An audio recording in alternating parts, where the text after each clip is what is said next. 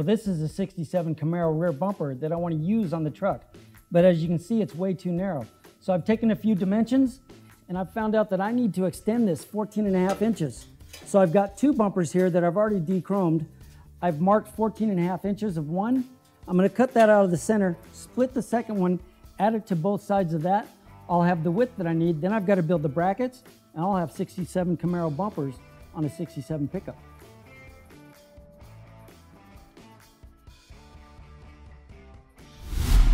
All right, I've got the bumper rough cut, but I've got a tape line right where I want that ground to. So now I'm going to go over to the disc grinder. I'm going to grind that right to the line, and then we can start welding these pieces together. Now I've ground that bumper to the line that I want, but before I go ahead and weld this, I'm going to take a Roll-Lock Scotch-Brite and I'm going to clean the edges of the metal so I don't have any sharp edges, and I can actually fit the two pieces and see how cleanly they fit together before I start.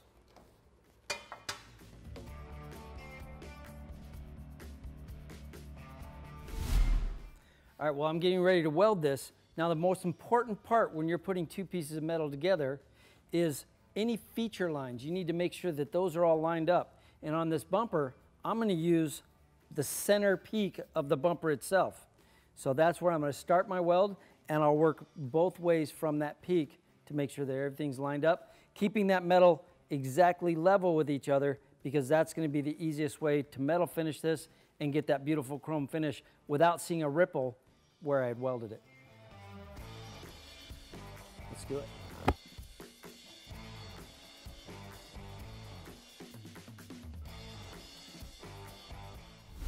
Okay, you can see I've got the bumper all tacked together. Everything is at the same surface.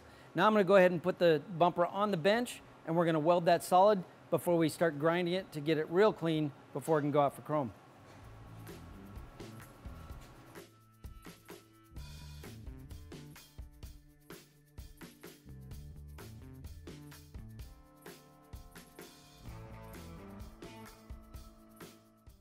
Well, as you can see, the bumper is welded solid.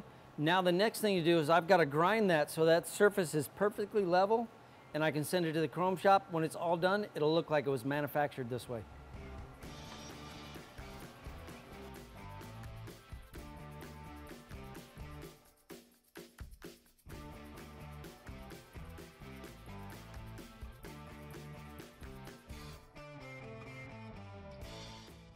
Okay, as you can see, I've got the bumper now finished, and I've got my surface where I want it. It's got some rough grind scratches in it. I'm going to go ahead and clean those up with some finer grit roll-locks and some grinding discs. But I was never worried about the back edge. It's not exactly perfectly lined up. What I'll do as soon as I get that cleaned up is I'll go ahead and I'll put a tape line on it. I'll grind that back edge. When it's all finished and chromed, I don't want anybody to know that I was ever here. I want this to look like it was manufactured by Chevrolet or GM. All I did was buy it.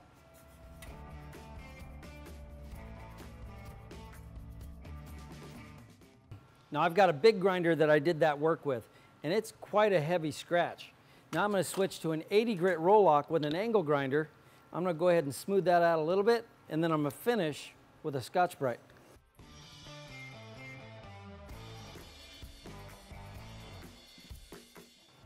All right, there's a finished weld. I've got a few more, and before we know it, I'm going to have a rear bumper.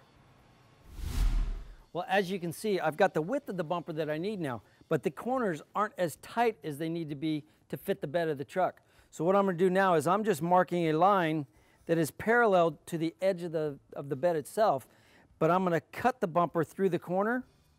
I'll cut through this dotted line. I'm going to bend that in. I'll keep slicing it until I get the edge of the bumper here to fit the angle of this line that I put on here. Let's go check it out. As you can see, I just put a mark on the bumper. That's to keep me from cutting beyond that point. I don't want to cut all the way through. I'm going to cut to there and then bend the bumper in, keep cutting until I get the face of the bumper to line up with that angle that I've marked on the bumper already.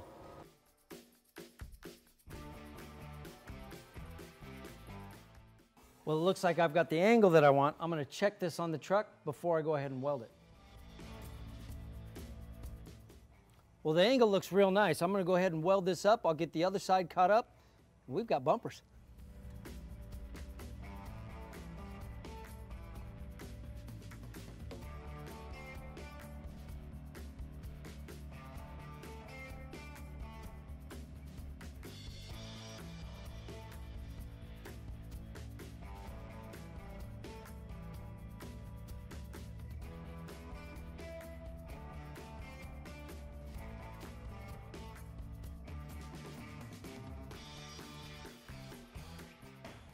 Now, if you remember when you saw me welding up the bumpers, I actually have welds in the corner, one here, one there, in the center, all the spaces. Now, if you're working with a good chrome plater, he'll let you actually bring the bumper back to your facility to do all the blocking. Now, I've had these coppered once, I've brought them back again, and what I'll do is, when I start this, let's come out of the copper tank, I'll use some Dicom, spray it on the bumper, and then with a very firm block, this one's actually made out of a heavy piece of metal. I've got some 120 grit sandpaper on that. I'll start to block this and you'll see where the low spots are. But if I go through and I hit the steel, I'm gonna have to send it back for copper one more time. But as you can see, when I start blocking this,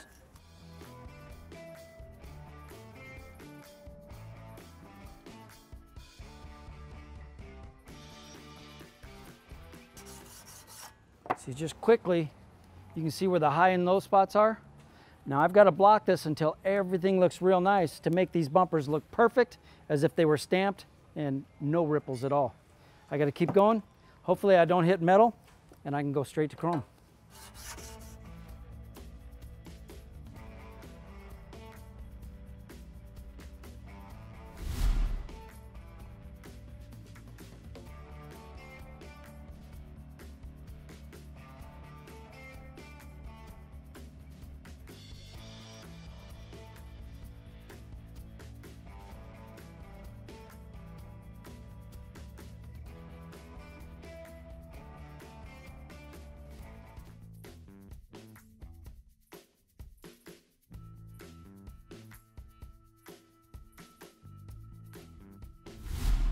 All right, I've got the reproduction insert in the bottom of the grill, and I took the original piece and I went ahead and bandsaw those corners off. I went ahead and sandblasted them, got clean metal. Now you can see when I set the turn signal in there, bring it back, I'm gonna go ahead and weld that to the other piece, and my turn signal's gonna be dropped back. But before I go ahead and put that in there, I wanna adjust the edge that was bandsawed off. I wanna put a roll on that, then we'll go ahead and stick it on there. So right now I'm just figuring out where I'm gonna set the roll.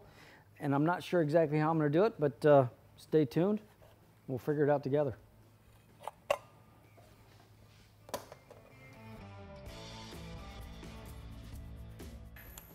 I'm going to go ahead and recut both of those. I'll be right back.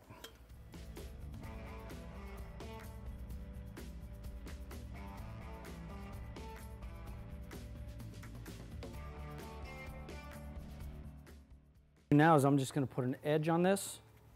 I'm going to do that with this little tool that I've made here out of just a piece of bar stock. It'd look better. So what I'll do is, see that little slot in there? I'm going to bandsaw that, make it a little deeper, so I'll get a little longer edge on that.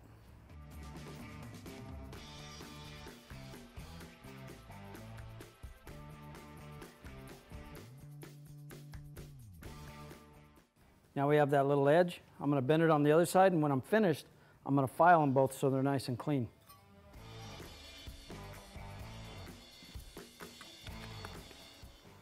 By using this tool, I can only go in that far on the metal.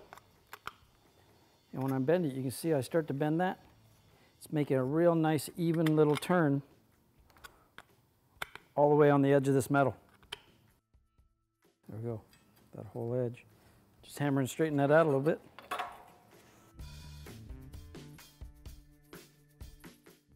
I'm going to shrink these edges because when you eyeball this, it seems to come up. When you put it on the back of the panel, it looks like it's lifting up. If I shrink that, it'll pull that up and pull that back down. It should look nice and straight when it's on the back here.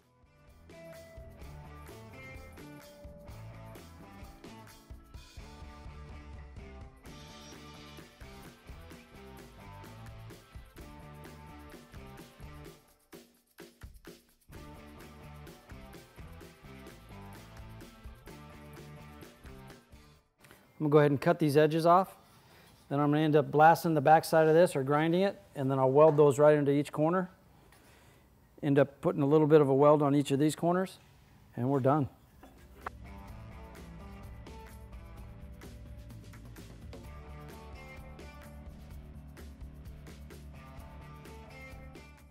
Let's go weld this.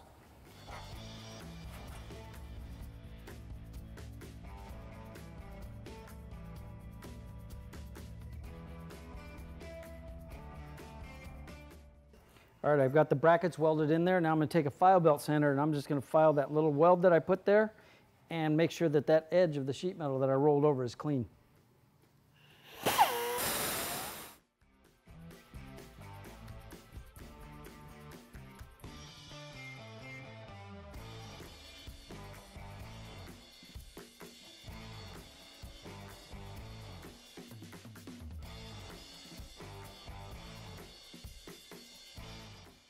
I've got the 2 inserts out. I'm going to take a Scotch-Brite clean and strip disc, and I'm going to clean all the excess paint that's still left on there that the paint stripper didn't get off.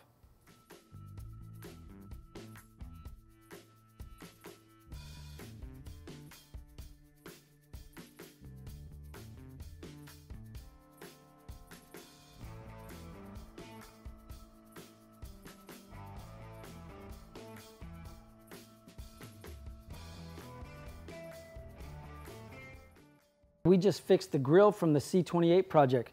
Now it had some damage in the lower part of it. I went ahead and straightened that out, and we reconfigured, custom modified the turn signals, which are normally up front here. I actually cut those out and mounted them back behind the piece that I pulled out of a reproduction grill. I wanted to save the original grill. That's why I fixed that damage and a couple little dents that were in here. Now with a little bit of hand sanding, I'll have the grill ready to put some primer and paint on it. I'm going to send these 2 pieces out, and we'll get these powder coated the same color as the steel strips that are in the bed next to the wood. So it'll be the anthracite, the white, then the little chrome trim, and the Chevy bow tie. It's going to look cool.